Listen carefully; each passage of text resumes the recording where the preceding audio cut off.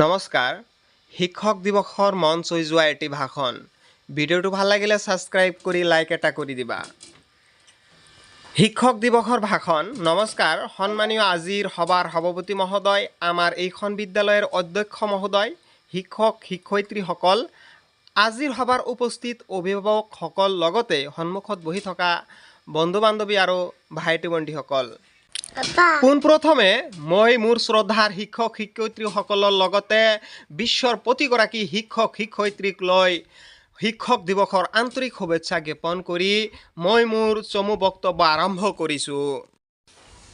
আজিৰ এই পবিত্ৰ দিনটোত মোক দুষাৰ ক'বলৈ সুযোগ দিয়াৰ বাবে শিক্ষাগুৰুসকলক বহুত বহুত ধন্যবাদ জনাইছোঁ।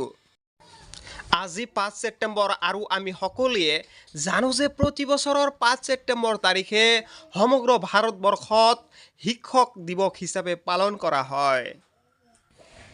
এই দিনটো শিক্ষকসকলৰ বাবে এটা গুৰুত্বপূৰ্ণ দিন। 5 ছেপ্টেম্বৰ হ'ল ভাৰতৰ প্ৰথম উপৰাষ্ট্ৰপতি তথা দ্বিতীয় ৰাষ্ট্ৰপতি ডক্টৰ সৰ্বপল্লী ৰাধাকৃষ্ণন দেৱৰ জন্মদিন। তেওঁ ৰাষ্ট্ৰপতি হৈ থকা অৱস্থাত ছাত্ৰৰ এটা গোটে তেওঁৰ জন্মদিন উদযাপন কৰাৰ বাবে তেওঁৰ অনুমতি বিচাৰিছিল। তেতিয়া সৰ্বপল্লী ৰাধাকৃষ্ণনে কৈছিল, মোৰ জন্মদিনটো বেলেগকৈ পতাতকৈ এই দিনটোত শিক্ষক দিৱস ৰূপে পালন কৰিলে গৌৰৱান্বিত হ'ম। তেতিয়াৰ পৰাই এই 5 ছেপ্টেম্বৰ দিনটো শিক্ষক দিৱস হিচাপে পালন কৰি অহা হৈছে। 1962 চনৰ 5 ছেপ্টেম্বৰ তাৰিখে ভাৰতত প্ৰথম শিক্ষক দিৱস হিচাপে পালন কৰা হৈছিল।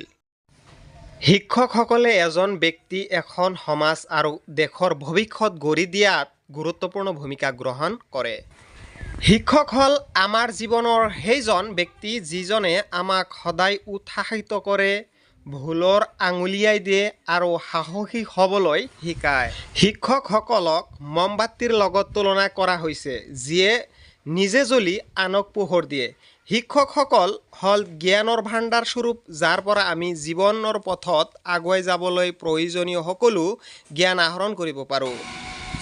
গতিকে আমি সদায় আমাৰ শিক্ষকসকলৰ কথা মানি চলা আৰু সন্মান কৰা উচিত। শেষত সকলোৱে পুনৰবাৰ শিক্ষক দিৱসৰ বহুত বহুত শুভেচ্ছা জনাই মই মোৰ বক্তব্য সামৰণি মাৰিলোঁ। ধন্যবাদ। জয় আই অসম।